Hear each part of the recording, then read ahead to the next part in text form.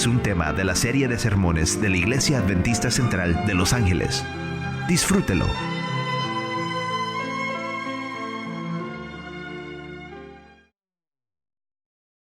Feliz sábado, familia. ¿Cuántos están felices de poder adorar el nombre de Cristo Jesús hoy? ¿Cuántos están realmente felices de adorar el nombre de Cristo Jesús hoy? Es una bendición, familia, poder estar juntos y poder tener el honor de adorar a nuestro Padre Celestial que hace mucho por nosotros. Y hoy, como dije hace rato, no solo celebramos el día santo del Señor, pero hoy vamos a tomar parte de un rito que nos recuerda del sacrificio de Cristo Jesús en la cruz. Y por el medio del sacrificio de Cristo en la cruz, nosotros estamos acá porque tenemos esa esperanza que Jesús va a volver una vez más, que va a volver y nos va a llevar a casa y podemos pasar la eternidad con Él. Si esto no nos excita, familia, no sé qué te puede excitar, porque como cristianos vivimos esperando esa promesa. ¿Cuántos de nosotros hemos hecho un pacto una vez? Me imagino que muchos de nosotros acá hemos hecho pactos, tal vez con un amigo, con un familiar o tal vez un pacto con Dios. Una historia que siempre me gusta contar y tal vez la repito mucho, pero es un pacto que yo hice con uno de mis mejores amigos creciendo. Mi mejor amigo y yo, él se llamaba Javier, mi mejor amigo Javier, él y yo hacíamos todo juntos.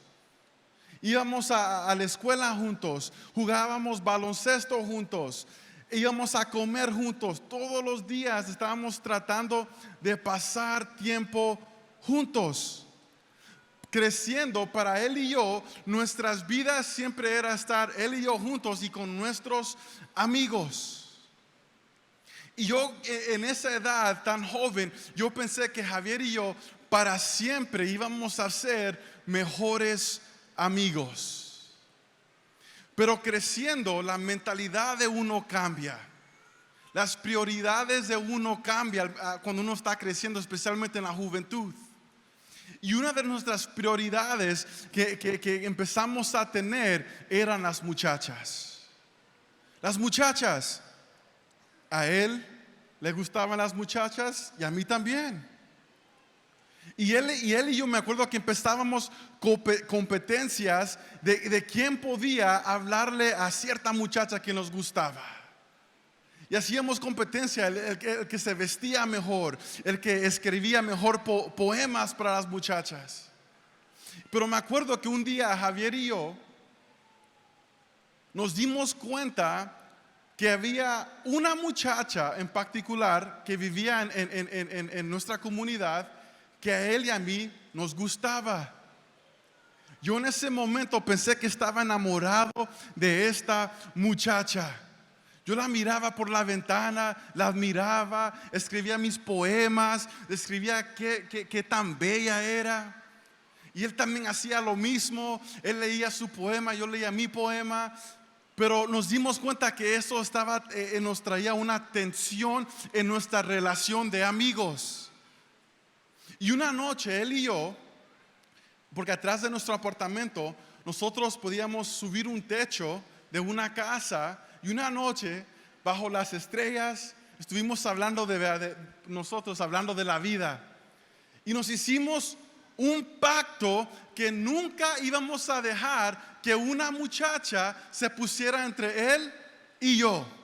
Que nuestra amistad siempre iba a venir primero. So decidimos que él y yo no le íbamos a hablar a esta muchacha.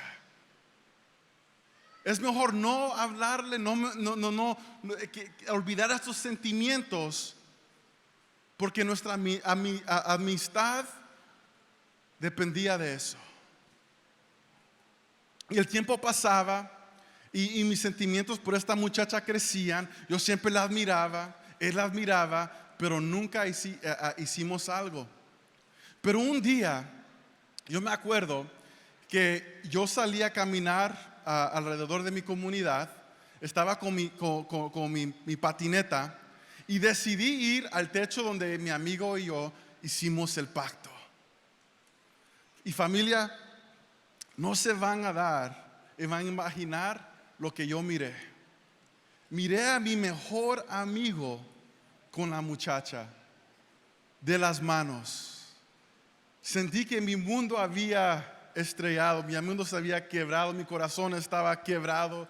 Estaba tan decepcionado porque mi amigo no solo quebró el pacto, que nunca íbamos a dejar que una muchacha viniera entre nosotros, pero él quebró la promesa y sabía que yo quería a esta muchacha y él detrás de mí estaba con ella. Muchas veces nosotros los decepcionamos cuando alguien quiebra una promesa o quiebra un pacto. Y como humanos nosotros nos acostumbramos a que la gente a cada momento falle en un pacto o un compromiso que ellos han hecho con nosotros. Porque nuestra humanidad es de siempre pensar en el yo, pensar en mí.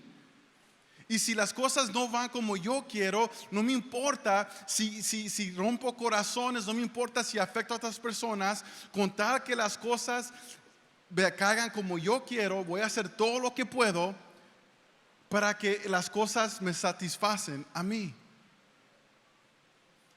Pero en la Biblia aprendemos de un Dios que siempre hacía pactos con su pueblo. Aprendemos que hay un Dios que siempre cumple con sus promesas. Y hoy en día, como latinos, como inmigrantes, nos tenemos que aferrar a esta promesa que hay un Dios que nos promete que nos va a sacar de este mundo y nos va a llevar a una tierra mejor, donde ya no van a haber barreras, ya no van a haber paredes. Y es el Dios Jehová, es Cristo Jesús, el que siempre cumple con sus promesas. ¿Cuántos de nosotros acá sabemos y estamos seguros que Cristo Jesús va a cumplir de su promesa que va a regresar un día? Yo lo creo, por eso estoy acá. Y quisiera que abriéramos nuestras Biblias, porque quiero ir a la escena que vamos a estudiar hoy, que es la cena de la Santa Cena, que hoy conocemos como la Santa Cena, donde encontramos a Jesús y sus discípulos en una mesa, celebrando lo que se llamaba en ese día, en ese tiempo, la Pascua. Y hay que entender, hay que poner esto en contexto. Cuando Jesús estaba con sus discípulos, Él no estaba en una mesa así. No era una mesa así larga que miramos en las fotos donde Jesús está sentado en medio, 6 discípulos acá, 6 discípulos acá. No era una mesa con sillas. Era una mesa que era como de la letra U, con muebles, y ellos como que se acostaban con sus pies hacia la pared. La Pascua era un tiempo de gozo para los israelitas. Era una celebración donde ellos se acordaban de cómo Dios los había liberado a ellos de Egipto. Y ellos siempre celebraban esta cena. Era una comida anual que festejaban los judíos en memoria de la liberación de los hijos de Israel de la servidumbre en Egipto. Con esta cena Jesús comienza una nueva institución que festeja la liberación del pecado. Jesús toma este momento, esta celebración de la Pascua, para iniciar un nuevo rito, iniciar una nueva institución que iba a apuntar a miles de personas en la historia a la cruz.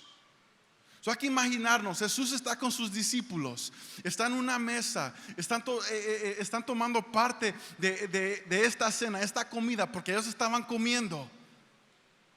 Y usualmente el padre o la cabeza de la familia era el que precedía sobre esta cena. Y Jesús y sus discípulos iban a celebrar este momento como familia, porque los israelitas en esos tiempos celebraban la Pascua en familia. Pero los discípulos y Jesús siempre estaban moviéndose, estaban lejos de su familia. Este momento lo iban a celebrar juntos. Y hay que ponerlo en contexto. Si pueden ir conmigo al libro de San Mateo, libro de San Mateo, capítulo 26. Capítulo 26, y vamos a empezar a leer desde el versículo 14. Jesús está con sus discípulos, están tomando parte de esta cena. Ellos están teniendo un buen tiempo.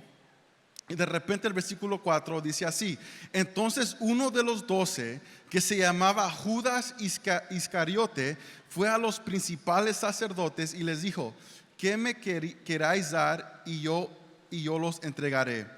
Ellos le asignaron 30 piezas de plata. Desde entonces buscaba oportunidad para entregarlo. Aquí dice el versículo 17: el primer día de la fiesta de los panes sin levadura, se acercaron los discípulos a Jesús diciéndole: ¿dónde quieres que preparemos para que comas la Pascua? Él dijo: id a la ciudad a cierto hombre y decirle: el maestro dice, mi tiempo está cerca, en tu casa celebraré la Pascua con mis discípulos. Hay que acordar, este evento es una celebración. Es una celebración. Están felices porque es una celebración de liberación. Y cuando uno celebra la liberación, no es un momento triste, pero es un momento de gozo. Los discípulos hicieron como Jesús les mandó, versículo 19, y prepararon la Pascua. Cuando cayó la noche, se sentó a la mesa con los 12, y mientras comían, ¿qué estaban haciendo? Comiendo. Y mientras comían dijo: de cierto os digo que uno de vosotros me va a entregar. Entristecidos en gran manera, comenzó cada uno de ellos a preguntarle: ¿soy yo, Señor? Y lo interesante es que este evento era un momento de gozo, de felicidad, y de repente Jesús dice algo tan pesado. Porque los discípulos, aunque habían escuchado que Jesús a cada momento les estaba recordando que Él iba a ser sacrificado, que Él iba a tener que irse, ellos realmente no captaban, no entendían lo que Jesús realmente estaba diciendo. Y ellos no podían creer que alguien en el círculo de ellos, que alguien que estaba sentado en la mesa con Jesús, podía hacer algo tan grave. Y eso me hace pensar, familia, que muchas veces nosotros declaramos ser cristianos, declaramos sentarnos en la mesa con Jesús, pero realmente nuestros corazones no están con Él. Porque la primera oportunidad que tenemos para traicionarlo, lo hacemos. Vamos al versículo 23. Entonces él respondió, dijo: el que mete la mano conmigo en el plato, ese me va a entregar. A la verdad, el Hijo del Hombre va tal como está escrito de él. Pero ay de aquel hombre por quien el Hijo del Hombre es entregado. Bueno le fuera a ese hombre no haber nacido. Entonces respondió Judas, el que lo iba a entregar, dijo: soy yo, Maestro. Y Jesús le respondió, le dijo: tú lo has dicho. Y en esta escena hay que acordar, los discípulos no están entendiendo lo que está Jesús diciendo. Realmente no captan lo que está pasando. Y lo interesante es que los discípulos llamaban a Jesús maestro, pero la palabra que ellos siempre usaban era en español Lord. Ellos reconocían a Jesús como su Lord. No sé cómo Lord se dice en español. No escucho. Pero ustedes me entienden, era Lord. Hay una diferencia de maestro y un Lord. Un Lord quiere decir que Lord, uno pertenece a esa persona. Un maestro es alguien que enseña. Y Judas se refiere a Jesús como maestro, porque realmente lo que él está haciendo es que él no quiere aceptar que Jesús es su Salvador. Jesús no es el que mora en su corazón. Y muchas veces nosotros como cristianos, realmente Jesús no es el dueño de nosotros. Simplemente lo miramos como un maestro, como una figura teológica, pero realmente no es el dueño de nuestros corazones. Porque si Jesús fuera el dueño de nuestros corazones, nosotros dejaríamos que el Espíritu Santo morara en nuestros corazones. Y cuando el Espíritu Santo mora en nuestros corazones, nosotros caminamos y caminamos en el Evangelio, caminamos en las buenas nuevas, y la gente puede mirar que realmente a Jesús vive en nosotros. Y Judas no quiere aceptar esto. Por lo bello de Jesús es que Jesús también iba a derramar su sangre por Judas también. Lo bello de Jesús es que no importa qué tan pecadores somos nosotros, no le importa qué tan sucios somos nosotros, Jesús derramó su sangre para ti y para mí. A no le importaba que Judas lo iba a traicionar. A no le importaba que Pedro lo iba a negar. A no le importaba que Tomás no iba a creer que él había resucitado. Él todavía estaba dispuesto a entregar su vida por ellos y por nosotros. El versículo 26 dice así: mientras comían, tomó Jesús el pan, lo bendijo, lo partió y dio a sus discípulos diciendo: tomad, comed, esto es mi cuerpo. Ellos comían, era pan sin levadura. Para los discípulos este pan simbolizaba la salida con prisa de los israelitas con quien salieron de Egipto. Y ahora en este momento Jesús inicia un nuevo símbolo para el pan. Este símbolo del pan iba a representar la muerte de Él, el cuerpo de Él que iba a ser, ¿verdad?, golpeado y crucificado para nosotros. Ahora el versículo 27, si están conmigo, del capítulo 26 de San Mateo dice: y tomad la copa y tomando la copa y habiendo dado gracias les dio diciendo: bebed de ella todos, versículo 28, porque esto es mi sangre del nuevo pacto, que por muchos es derramada para perdón de los pecados. Algo interesante, y estaba hablando con el pastor Osorio de esto, es que yo nunca había estudiado el contexto realmente de la Pascua. Y ustedes sabían que cuando se celebraba la Pascua habían 4 copas. Habían 4 copas. 4 copas con vino. Y en ciertos momentos una copa se tomaba, porque las 4 copas simbolizaban algo para los israelitas.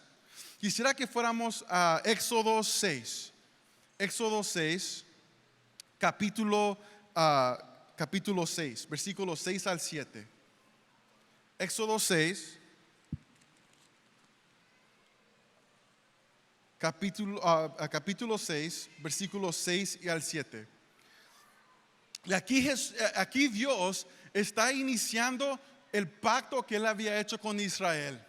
Él los había liberado de Egipto. Y escuchen lo que Él dice en el versículo 6. Por tanto dirás a los hijos de Israel: yo soy Jehová. Yo os sacaré de debajo de las pesadas tareas de Egipto. Yo os libraré de su servidumbre, y yo os redimiré con brazo extendido y con gran justicia. Os tomaré como mi pueblo y seré vuestro Dios. Aquí hay 4 yo-os.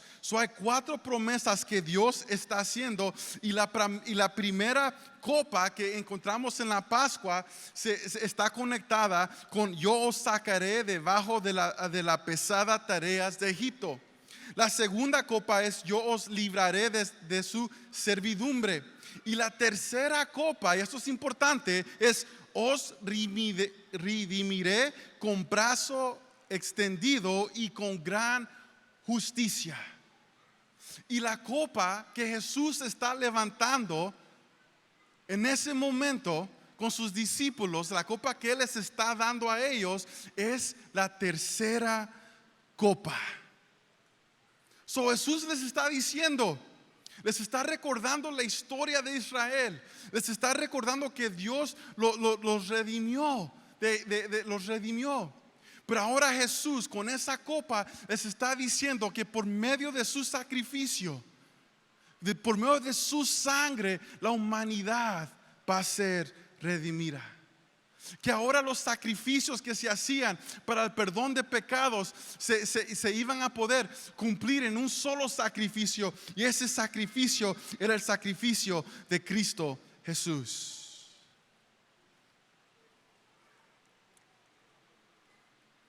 Aquí Jesús empieza su nuevo pacto que el profeta Jeremías había hablado en Jeremías 31. Quisiera que fuéramos a Jeremías 31, bien rápido. Jeremías 31. Jeremías capítulo 31, versículos 31 al 34. Y este es el pacto que Jeremías está hablando, apuntando a un pacto nuevo en el futuro que se iba a cumplir por medio de Cristo Jesús. Jeremías 31, versículos 31 al 34, dice así: vendrán días, dice Jehová, en los cuales haré un nuevo pacto con la casa de Israel y con la casa de Judá. No como el pacto que hice con sus padres en el día que tomé su mano para sacarlos de la tierra de Egipto. Porque ellos invalidaron mi pacto, aunque fui yo un marido para ellos, dice Jehová. Y es importante entender esto. El pacto del Antiguo Testamento, Dios hizo un pacto cuando los sacó de Egipto, y Dios siempre fue fiel a ese pacto. Por eso Él se llama marido, porque Él como marido cumplió su pacto. Él siempre fue fiel a Israel, pero Israel a cada momento, ¿qué estaba haciendo? Le estaba fallando a Dios. Dios era fiel, Israel fallaba. Dios era fiel, Israel fallaba. No importaba cuánto tratara a Israel, ellos siempre le iban a fallar a Dios. Y por eso Jeremías habla de un nuevo pacto que se va a establecer. Versículo 33: pero este es el pacto que haré con la casa de Israel después de aquellos días, dice Jehová. Pondré mi ley en su mente y la escribiré en su corazón. Yo seré su Dios y ellos serán mi pueblo. Y no enseñará más ninguno a su prójimo ni ninguno a su hermano, diciendo: conoce a Jehová, porque todos me conocerán, desde el más pequeño de ellos hasta el más grande, dice Jehová, porque perdonaré la maldad de ellos y no me acordaré más de sus pecados. Jesús hace una promesa, y lo interesante es que Él promete no tomar de esta copa hasta que Él regrese una vez más a estar con nosotros. Por medio del sacrificio de Cristo Jesús, familia, tus pecados, mis pecados son perdonados para siempre. Porque el primer pacto no servía, porque como humanos siempre le vamos a fallar a Dios. Nunca vamos a poder ser perfectos, porque la Biblia nos enseña que solo hay uno que es perfecto, y ese es Cristo Jesús. Él no solo vino como Dios y carne a dar su vida por nosotros, pero Él vino a hacer lo que la humanidad nunca va a poder ser, y es ser perfecto. Y por medio de Cristo Jesús, ahora el nuevo pacto, nosotros somos perdonados, y toda la humanidad tiene la oportunidad a entrar a la vida eterna. Porque Jesús murió por ti, murió pensando en ti, aún sabiendo que lo ibas a traicionar, aún sabiendo que lo íbamos a negar, pero aún murió para nosotros. A mí me gusta esta escena de la Santa Cena, porque Jesús estaba con sus discípulos, gente que no era perfecta, y Él sabía que Pedro lo iba a negar.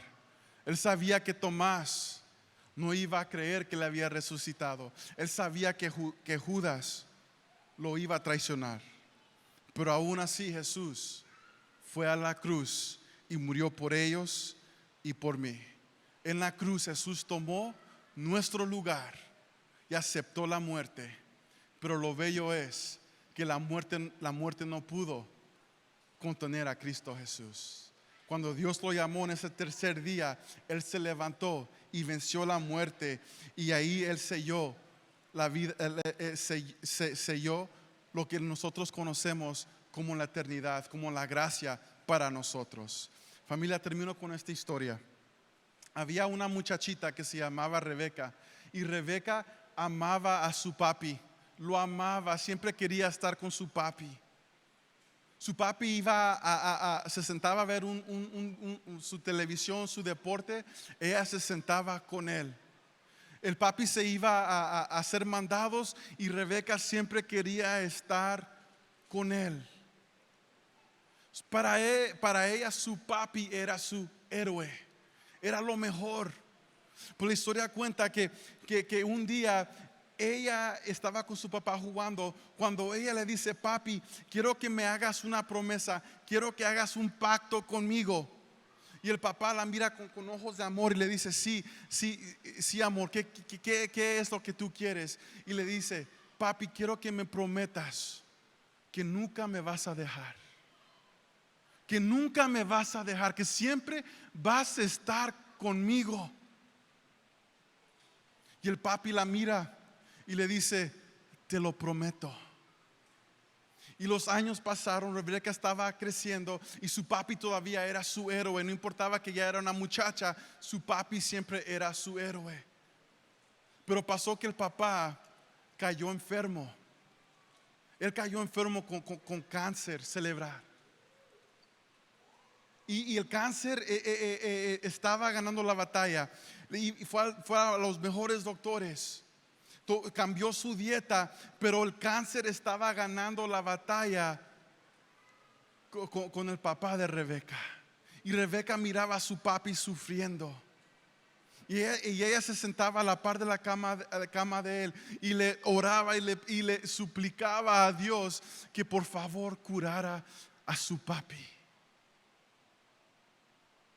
Y un día el papá abre sus ojos de su descanso y mira a su hija ahí.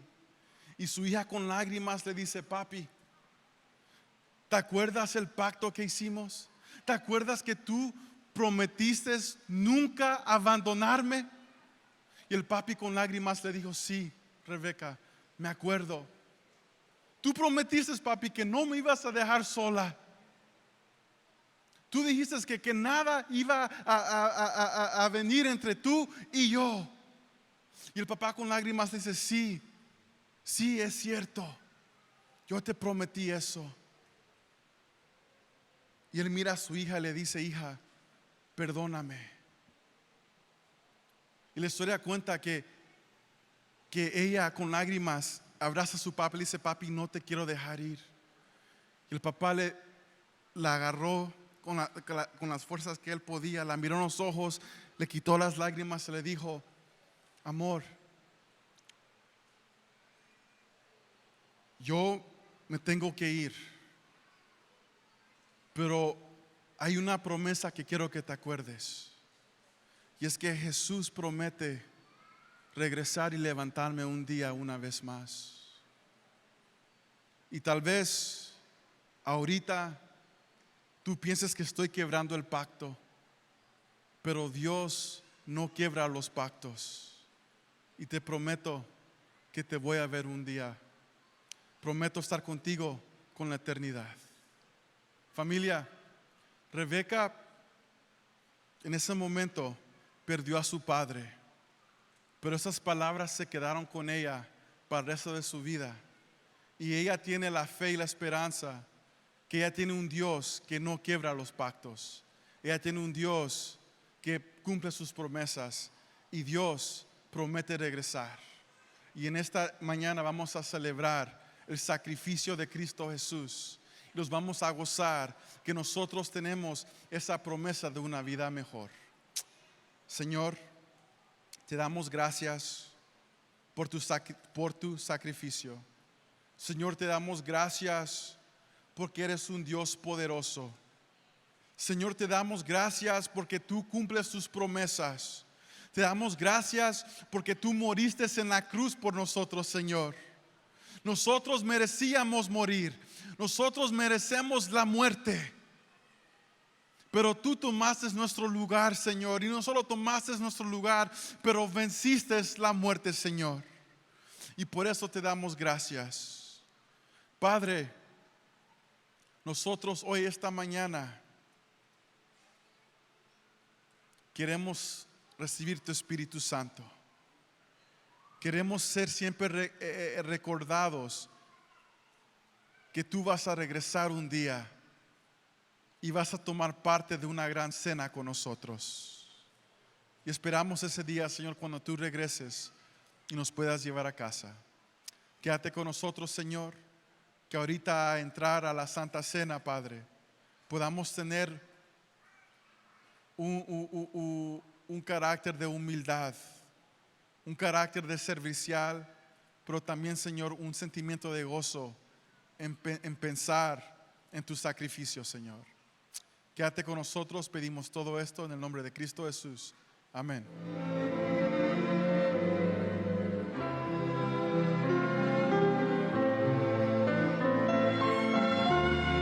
Esperamos que este tema haya sido de bendición en su vida.